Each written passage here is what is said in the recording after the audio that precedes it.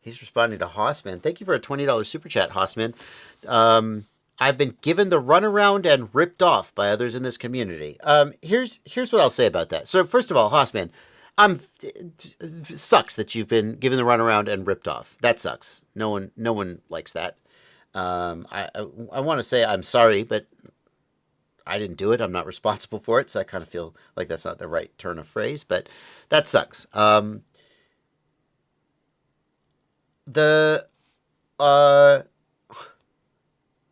I've been involved in various communities in my life, and I have become disillusioned with the use of the word community in certain contexts. I think that a lot of times the word community is used to imply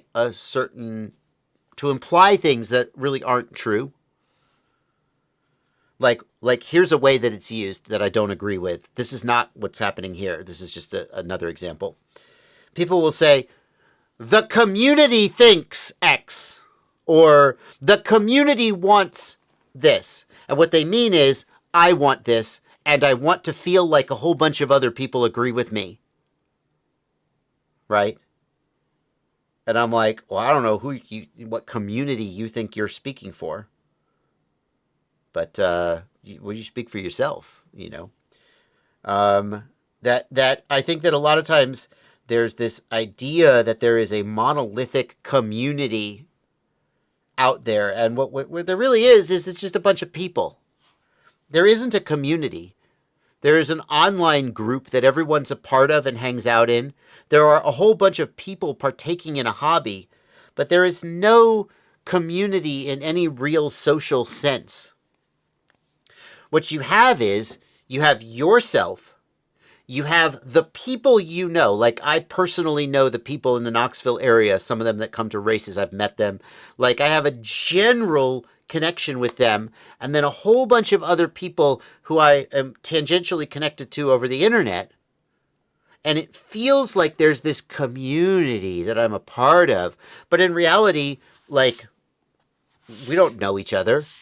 We don't know anything about each other's life or our beliefs or our preferences, our wants. And, you know, the community is a very self-centered community. You know about yourself, and you vaguely see the ways in which other people sort of brush up against your bubble.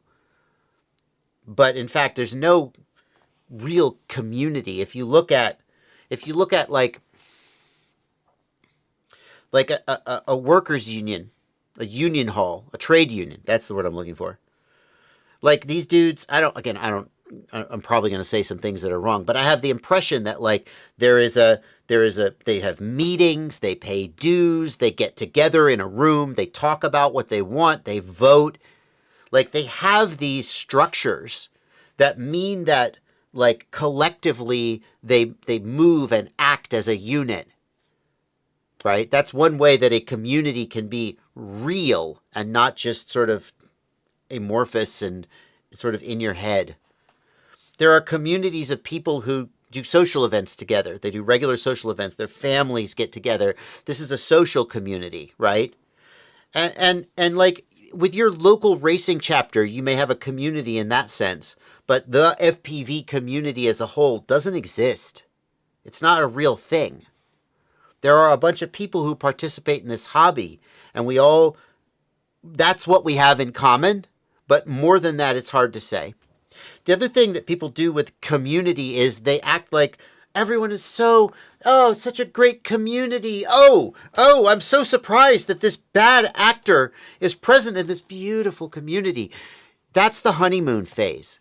You think the community is beautiful because you're currently in love with it. There are just as many shitheads in the world of FPV. My God, look at the rave community, right? The rave community, I don't know how it is, today, but like at the height of like the rave community, everybody, love and light, and we're all gonna love each other. And then people were shitheads.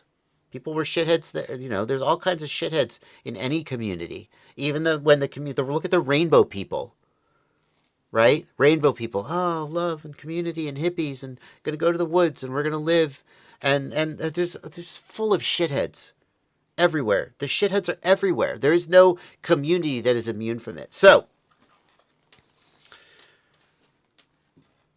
the good news is, like, you're coming out of the honeymoon phase and you're going into the sort of marriage phase, if you will, with the FPV community. And I'm sorry, there's shitheads everywhere. So, open your eyes and don't get taken advantage of, hopefully. And, hang on to the people. Some communities are better than others. Some communities are better than others. Some communities are actively toxic. Like, a community does have a feel. And, and so, like, FPV community, I think, is not actively toxic in the way that some other communities are, but there's just as many shitheads in FPV as there are anywhere else. Also, it's important to remember that the way social media works now, it creates individual communities based around social medias. So, like, if you're interacting with a group of people responding in Facebook groups versus a group of people responding on Reddit versus a group of people responding in a public Discord versus people responding in private Discords, right? Those are all going to be different experiences of people that you get. And in our case, like, we've cultivated a community through JB's paid Patreon so that we have a little less of the riffraff, right? And we have a little more filtering in case we run into the riffraff who get in anyway.